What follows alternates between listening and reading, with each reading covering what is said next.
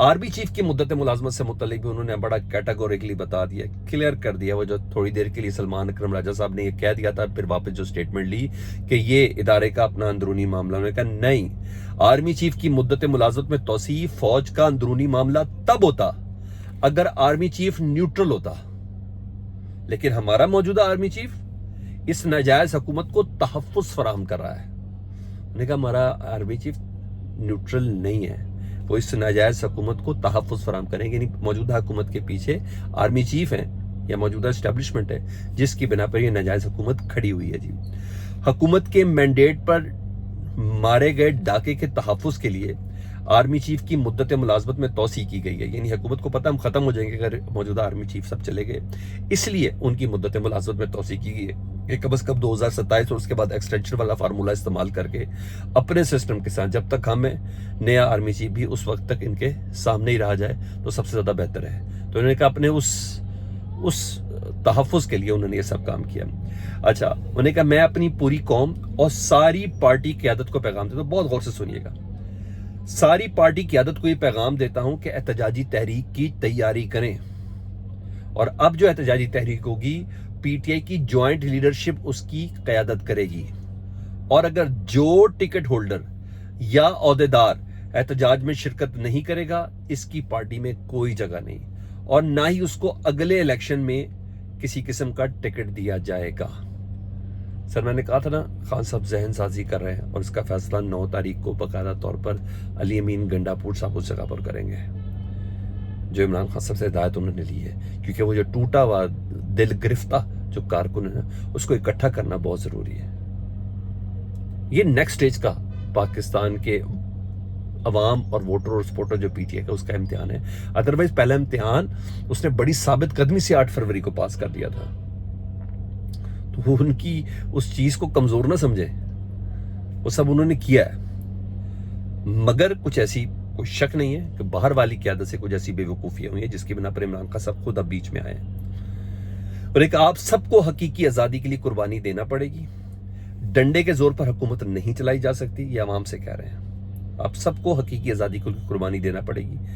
اور انہوں نے کہا میں سمجھتا ہوں کہ غلامی سے بہتر موت ہے، یہ خواجہ آصف صاحب وغیرہ کو بتایا جو یہ تمام چیزیں بنانے کی کوشش کریں جی خان صاحب کو باہر نکالنے کے لیے، کسی دوسرے ملک میں بھیجنے کے لیے پاکستان تحریک صاحب کو ایسی ویسی کوشش کری، انہوں نے کہا نہیں،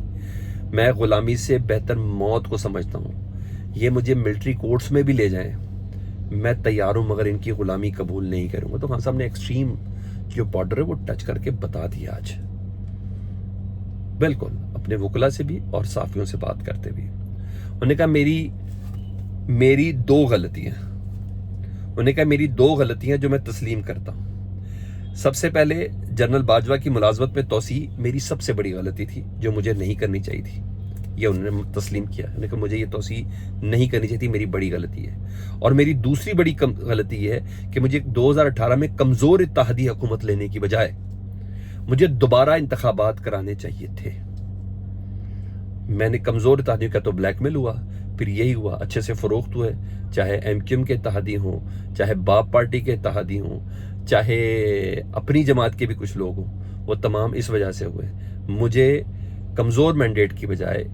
دوبارہ انتخابات کی طرف جانا چاہیے تھا، اتحادیوں کے اوپر ریلائے نہیں کرنا چاہیے تھا، انہوں نے اینڈ ٹائم پہ ظاہری بات ہے فروخت کیا نا، انہوں نے کہا یہ بولا، انہوں نے کہا اس ملک سے کسی صورت نہیں بھاگوں گا،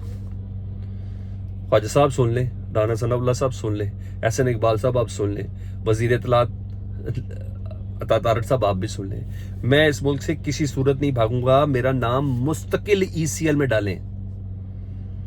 مستقل ای سی ایل میں ڈالیں، مجھے کہیں نہیں جانا۔ پہلے عمران خان صاحب باقاعدہ طور پر یہ کال کا ماحول بھی بنا رہے ہیں، اور آرمی چیف کی مدت ملازمت پر انہوں نے اپنا پراپر احتجاج بھی ریکارڈ کرایا، انہوں نے کہا نہیں، یہ تب ہوتا اندرونی معاملہ جب نارمل حالات ہوتے ہیں، نہیں یہ تو موجودہ حکومت کو کور دینے کے لیے یہ تمام کام کیا گیا ہے اور کسی قسم کی کوئی ڈیل نہیں ہے، یہاں یہ چیز ہے۔ دوسرا، مولانا فضل الرحمان صاحب کی جماعت اور پاکستان تحریک انصاف، جی ہاں، اس کے درمیان وہ سی بی ایم بننا شروع ہوئے، اور اس کے مطابق مولانا کے انتہائی قریبی ساتھی ہیں بریگیڈیئر طارق محمد صدوزئی، ان کو کے پی کے کابینہ میں بطور معاون خصوصی شامل کر لیا گیا ہے۔ اچھا، یہ سابق سی او ہیں پیسکو بھی اور چیئرمین نیپرا بھی رہ چکے ہیں. اور یہ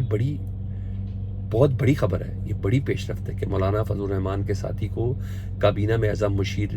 ایک خصوصی رکھنا.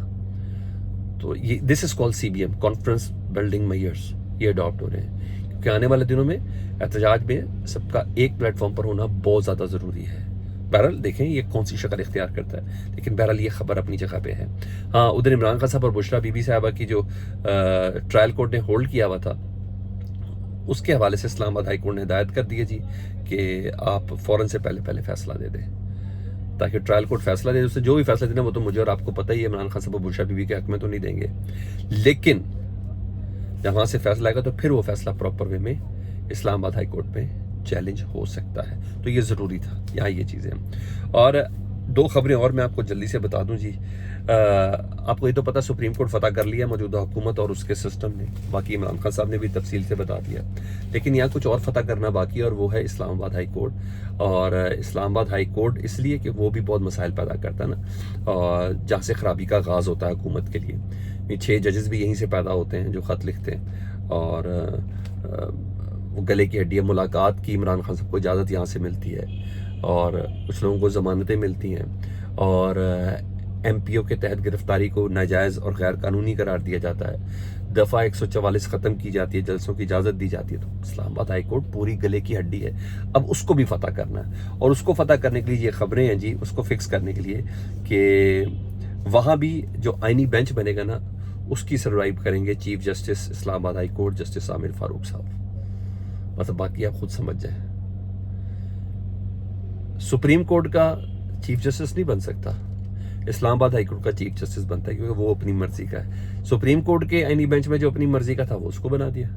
اور اسلام آباد ہائی کورٹ میں جو اپنی مرضی کا اس کو بنائے گا. ہاں, دیگر ججز میں جسٹس میاں گل حسن اورنگزیب اور جسٹس سمن رفت ہوں گی, یہ چیز ہے جی. اور ایک اور خبر ہے جو آ رہی ہے, میں نے کہا میں آپ کے ساتھ شیئر کر دوں. وہ جو عدالت نے بلایا ہے نا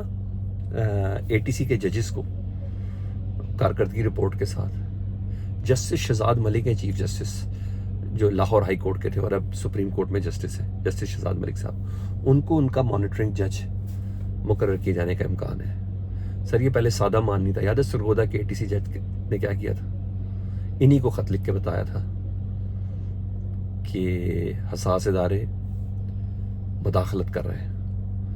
اور پھر انہوں نے بڑا تگڑا قسم کا ایکشن بھی آتا, وہ اسٹیٹمنٹ بھی بار کے کسی فنکشن کے خطاب میں دی تھی. تو جسٹس شہزاد ملک صاحب کو اگر ATC کے ججز کا سربراہ لگا دیا نا, تو پھر یہ بندہ بتائے گا, یہ جج بتائے گا کہ فیصلے کیسے کرنے. جس طریقے سے 9 مئی کے بعد کے معاملات استعمال ہو رہے ہیں نا ATC کورٹس کے اندر, یہ سب ہوتے ہیں دیکھتے ہوئے مجھے تو نظر نہیں آ رہے ہیں. فیڈ بیک سے متعلق ضرور آگاہ کریں. اپنا بہت خیال رکھیں. اللہم صلی علی محمد و آل محمد.